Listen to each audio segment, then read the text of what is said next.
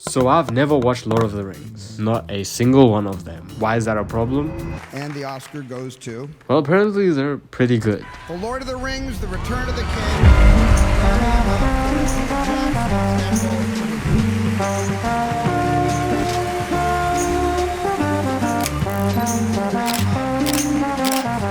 This has been pissing me off for years. Star Wars, the MCU, or any other franchise I've watched never got anywhere near this level of adoration. To be honest, I was jealous. I was. And it felt like I was missing out. So why didn't I just watch them?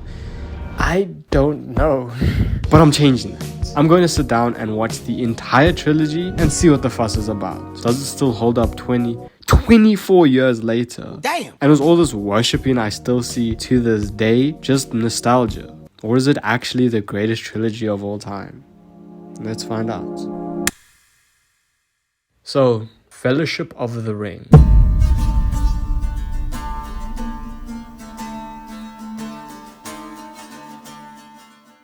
Okay, that was a lot better than I thought. Now, I didn't have low expectations or anything, but I do live in a world where if you have any level of hope for something, your heart's gonna be broken. But by the time they were starting their journey leaving Rivendell, I was smiling. So it starts off with an explanation of the rings, and specifically the One Ring and its creator, the Dark Lord Sauron, who's trying to get it back. The person with the ring at the moment is Bilbo Baggins, a hobbit living in the Shire. After he decides to run away to write a book, it's up to our boy Frodo to get it to safety. After the birthday party, when Frodo, Sam and their two friends are on their way to meet Gandalf, I was starting to get excited. Knowing I'm about to witness history for the first time, and that people would literally kill to be in the position I'm in, yeah, I couldn't wait. They get to the tavern, and this is where Frodo first puts on the ring. He slips and it falls onto his finger, which is a scene straight out of Shrek. I don't know how they got away with that. It turns him invisible, but also tells the race looking for the ring exactly where they are. But luckily, they meet Aragorn, who joins them on their journey to Rivendell. And thank God he's a badass, or they would not have made it very far. The race do eventually catch up to them, which ends up with Frodo getting stabbed. And this felt like a reminder that this journey is not going to be easy. Deep this for a second. If it wasn't for this chick, the story could have ended right there. Within the first 60 minutes of a 12-hour long journey, the main character gets inches away from fucking dying. Nah, this is gonna be long. They finally reach Rivendell, and it made me realize how big this world is. I don't really watch a lot of fantasy stuff, so seeing all kinds of races that live in different areas with different types of architecture, clothing, and style, just after coming from the Shire, seeing how different their lifestyles are, was really incredible. So the Jedi Council comes to the conclusion the only way to keep the ring from Sauron is to destroy the binge. And the only place that can be done is in Mordor, where it was created. So a group is formed and is the start of the Fellowship of the Ring. That line was a bit corny, but we move. Finally, it's time to talk about what actually makes this movie so good. The characters. Frodo is the best protagonist for the story. So far, it seems like the hobbits are the most useless race. I don't mean that in a mean way, but it's true. In a world with orcs, magic, elves, and dragons, probably, they're not much of a threat. And yet, the fate of the entire world is reliant on one of them. I like that this is Frodo's biggest obstacle. Sure, he has a lot of physical challenges along the way, but the burden of the entire world is what weighs on him the most. And having Gandalf be his Uncle Ben, teaching him important lessons, which I'm sure will come full circle, is exactly the growth he needs. The two hobbits, Pippin and Merry, are, let's be honest, just there to be funny. And to be fair, they are, but they're not that important. Then there's Sam, who is Frodo's boy. They are inseparable. He makes a promise to himself to never leave his side no matter what, and he meant it. Their relationship gives me hope for this twisted world. Their journey ranges from elven woods to icy mountains and even squid-infested caves. And it's here where they face their biggest obstacle, the orcs. This fight scene, and specifically the way they fight, is so cool to me. You have the 5 warriors who kick ass and all have their own unique fighting styles. Then you get the 4 hobbits who are terrified but still courageous enough to try. Legolas and Gimli were a bit more side-casted, but they were still cool. Especially Legolas, bro. Him with that bow, just... I hope we get to see more of them in the future. Oh, and Frodo gets stabbed again. This poor guy. Just as they're leaving the cave, a literal demon arrives. And finally, I get to see this iconic scene. It did not disappoint. But straight after, Gandalf fucking dies. I was scratching my head. There's no way the character I've heard so much about is only in a single movie. He's definitely coming back as a Force ghost or something. I just hope they don't bring him back like nothing happened. I hate when movies do that shit. This heavily impacts the gang. Even later on when they reach the Elven Woods, they speak about how they feel his presence missing. My favorite part is when they say there's now a 0% chance of success. They now have to complete this task with their best player dead. Can it get worse? There's a character I specifically didn't speak about earlier because I wanted to wait until now, and that's Ned Stark. I mean, Boromir, I forgot how to pronounce it. So I'm just gonna call him Ned. Throughout the journey, he seems to be a good guy, except for at the start in Rivendell. He does try to take the ring for himself. There's a few glimpses of him potentially doing something dodge, but once they're at the lake, orcs attack them again, and it ends up with Ned sacrificing his life to save Merry and Pippin. But literally minutes before, tries to kill Frodo. And I really like his character because it helps explain more about the ring's power. This guy, in terms of the most part, is a pretty good guy. He dies a hero, but when he had the opportunity, nearly compromised everything for the chance of snatching the ring. It has the power to turn virtually heroes into monsters. Kinda like Gollum, who they spoke about earlier. And this only strengthens the choice of making Frodo the ring bearer. He's the purest out of all of them. And the fact Aragorn had the same opportunity but didn't take it, he also seems to be really pure. It ends with Frodo and Sam leaving on their own because they can't really trust anyone anymore, setting up the next movie. And out of all the questions I have, the biggest is, will the sequel be as good? I guess it's time to find out.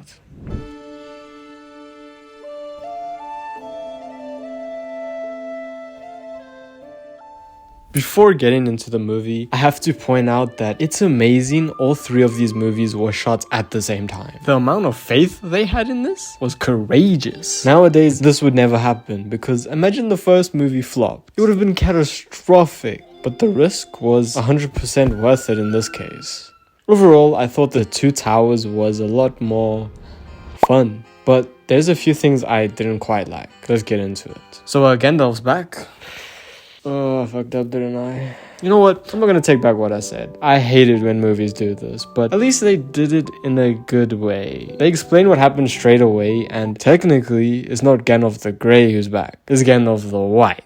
Even though I didn't love it, it's not the end of the world. It was obvious he wasn't dead. And I am really glad they brought him back because I kinda love him. So in this one, it's split into 3 different journeys. Unlike the first one where they're all together, there's a lot more going on in this one. You have Frodo and Sam continuing their journey to Mordor to destroy the ring. You have Merry and Pippin who are trying to survive captivity and go on a whole expedition with a tree. And then there's the rest of the gang doing a whole bunch of shit. But let's start with Frodo and Sam. So in the first movie, they mention that somebody is following them. And that somebody turns out to be Gollum, the guy that was entranced by the ring and really wants it back. And so finally, Sam and Frodo trick and capture him to try and understand what his deal is. And when I tell you, I was terrified of this guy as a kid. I'd seen him in other things. I'm not lying. He was literally in some of my nightmares. This is probably a reason I didn't want to watch these movies as a kid. So when he showed up, I low-key had beef with him. Yet somehow, I think he's my favorite part of the movie. It turns out Frodo and Sam are lost, and guess who knows the way to Mordor? So they kind of stuck with him. Sam doesn't really like Gollum. He wanted to just straight up kill him, whereas Frodo is on the other side of the spectrum. At first he wanted to kill him when he found out that he was chasing him for 3 days, but then Gandalf gave him a lesson about people's lives and the weight of taking one away. So Frodo has a bit of a soft spot for him. On their way to Mordor, Gollum really wants to nab that precious. But there's a much deeper side to Gollum than what you see on the surface. He's bipolar. Gollum is also Smeagol, who's the person he was before, changing after the ring. And during the entire way, Gollum and Smeagol are fighting each other on whether to kill or trust his master. This creates my second favorite scene in the whole movie, where they're both having a full-on conversation which cuts between them, making it look like 2 different people. This is amazing. It ends with Smeagol chasing Gollum away. And after that, he becomes kind of adorable. Can't believe I would say that about this ugly fuck that tormented me for years, but it's true. This doesn't last very long. Ned Stark's brother comes out of nowhere and captures Sam and Frodo because he wants the ring to help his people in Gondor. And Frodo ends up having to trick Gollum into being captured as well because they would have killed him if he didn't. That completely spins everything on its head. And now he wants Frodo dead and is gonna let her do it. Who knows who that is, but I'm intrigued. Anyways, Sam is still the G, and Frodo goes through something quite different in this movie. The ring is slowly fucking him up. He's starting to treat it more and more like a precious, and even getting aggressive to his Sam. Luckily, Sam is a rock and keeps Frodo together. It ends with them being set free and back on their journey for like the third time now.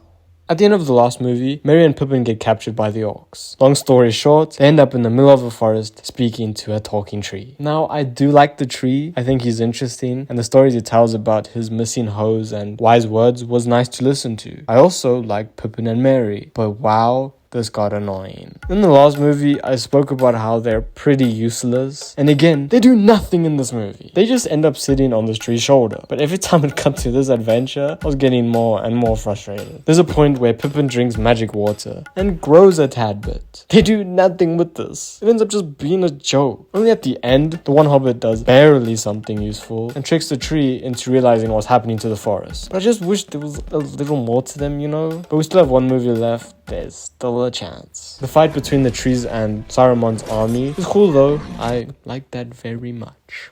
Now it's time to talk about the big boys. There's a side plot about a king and his family that the rest of the gang get involved in. After they've sorted the whole Merry and Pippin situation and low-key forgot about them, the king of Rohan is being controlled by Saruman, using a guy called Worm Tongue. The group then go to Rohan to try and help them before they get attacked by Saruman, and luckily Gandalf is able to get rid of the curse that was put on him. I was really into the side plot. Seeing the king return to his normal state was so hype. Then him coming to the realization that his son was dead, it was painful. Also, something I found interesting was seeing how he ran his kingdom, with conflicting thoughts of how Aragorn thinks it should be done. Who, I'm gonna hold off one more movie before getting into his character because I think he's gonna play a big role in the next one. Oh, and this scene is very pedophilia-ish. And children with them. The king decides to take everyone in the kingdom to Helm's Deep, where they can hide away from Saruman and his army. Also, it's a much easier place to defend if they do attack. But on the way there, they get ambushed by some orcs. It was at this very moment when Gimli gets kinda close to dying that I realized, damn, I really don't want him to die. I was starting to get really attached to these characters and it was pissing me off. When they reach Helm's Deep, it turned into the best shit I've ever seen. The orcs are on their way and a battle is inevitable. It's 300 plus a few elf archers against 10,000. Odds are astronomically against them, but the one thing they have is courage, with Aragorn about to lead this army into a legendary battle. One thing I have to admit, I was not nearly expecting the action to be this good in these movies. I even said in the first one how much I enjoyed the cave fights, and even the fight early on their way here was done so well, and this is by far the best. They got big ass arrows going through people, ladders flying onto the wall to climb, even bomb-strapped orcs load up the fucking walls. Bro, Legolas rides a shield downstairs or fucking darting them. But there was something that really upset me.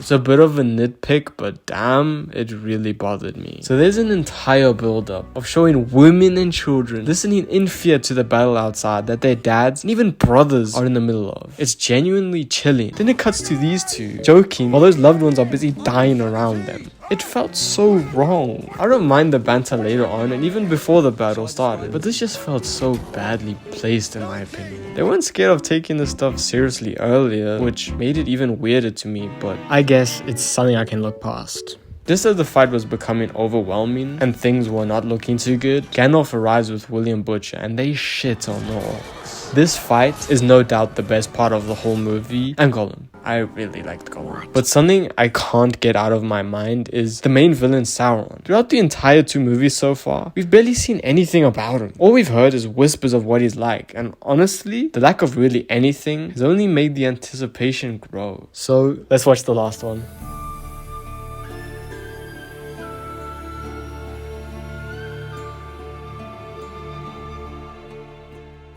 It was only at this point when I realized I've been watching the extended edition. I didn't know there was an unextended edition until I was about to watch it on Prime Video. It was only like 3 hours, while the other 2 were nearly 4.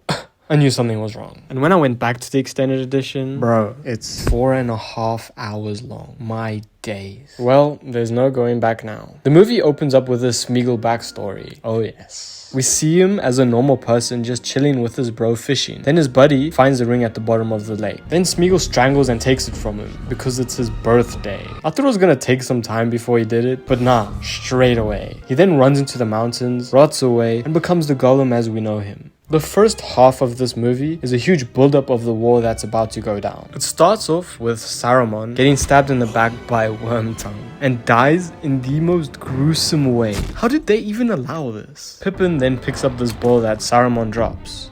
You wouldn't dare make him do something useful now, would you? A bit later, and it turns out he actually does do something. It's fucking stupid, but I'll take it. He grabs the ball when Gandalf is sleeping, and him and Sauron see each other. And I have to say, these two are way more entertaining when they're with the rest of the gang. Pippin doing something stupid and Gandalf shouting at him was way better than what we got in the last one. So what he did turned out to be much worse than it seems. He sees a glimpse of the future, and so Gandalf takes him there so that they can do something about it. And this means that Merry and Pippin are going to be separated for the first time. This actually made me really sad. It's like they heard my complaints in the last one, traveled back in time, and fixed it just for me. All of this, it's all about me. We then meet the guy who's in charge of Gondor. We actually met him in the previous movie. He's Ned Stark's father, and he turns out to be absolutely terrible. He straight up says he wishes Ned was alive and this son of his was dead instead. What kind of a parent does that? One thing I realized with these movies is that they hate humans. There is, I'm not even joking, only 3 actually good humans, and we meet a lot of them. Aragorn doesn't count because he's some other race, and as a human, I'm very offended.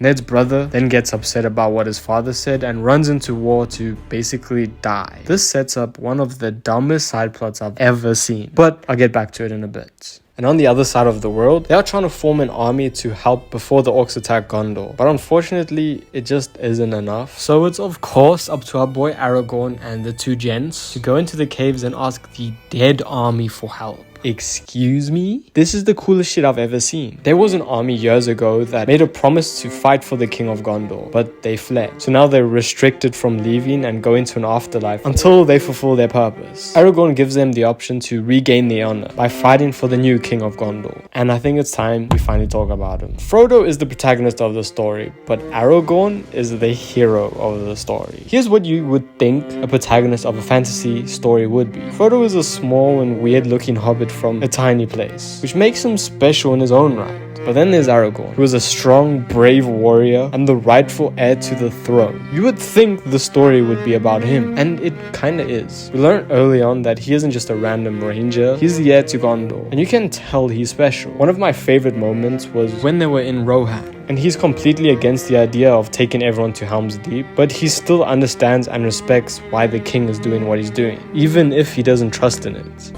He is only doing what he thinks is best for his people. Helm's Deep has saved them in the past.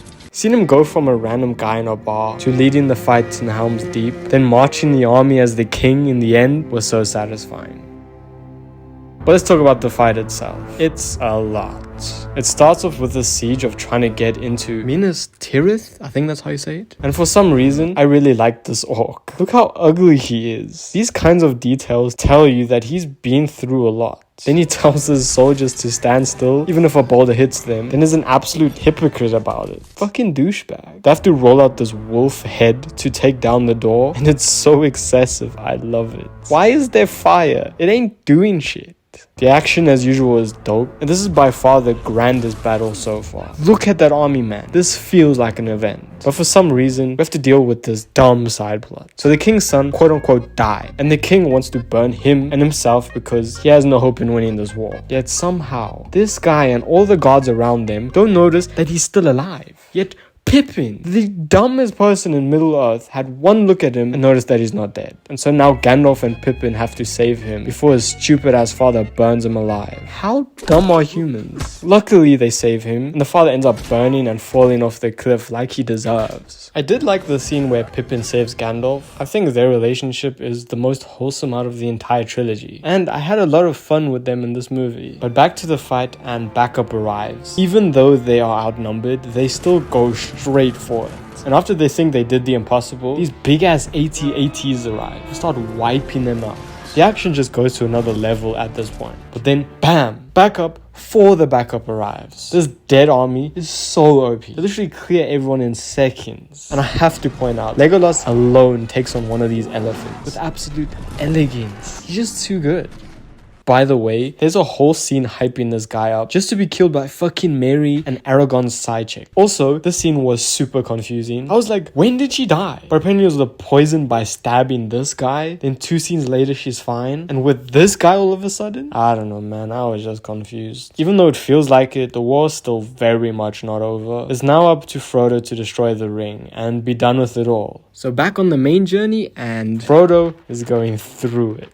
There's a bit of a rivalry going on between Sam and Gollum. They're fighting over Frodo because they just hate each other's guts. So Gollum frames Sam by making him look like he ate all the food. And so Frodo gets mad, understandably, and tells him to fuck off. This puts Frodo in a very bad situation. They get to the tunnel, and it turns out the she that Gollum was talking about was a giant spider. Hell no. This is top 5 nightmares for me. It ends with Frodo getting stabbed again. This is like the 3rd time now. Thankfully, Sam is the most clutch player on the team and comes back for Frodo. He also slays this thing single-handedly. He isn't going to get the recognition Frodo is going to get after this journey, but that doesn't stop him from doing everything in his power to save not only the world, but more importantly, his best friend. Sam then, for what feels like the millionth time, saves Frodo. And they do one last mighty push. Arguably the best scene in the entire trilogy is Sam carrying Frodo. This climb feels so draining and emotional because of how much they've had to go through just to get there. Even I felt tired. But guess who's there for one last obstacle? The little snake Gollum himself. I think this is the perfect final villain for the trilogy. They fight their way to get inside the volcano. When Frodo turned around, my jaw dropped. We've come all this way for him to say no? The ring is mine?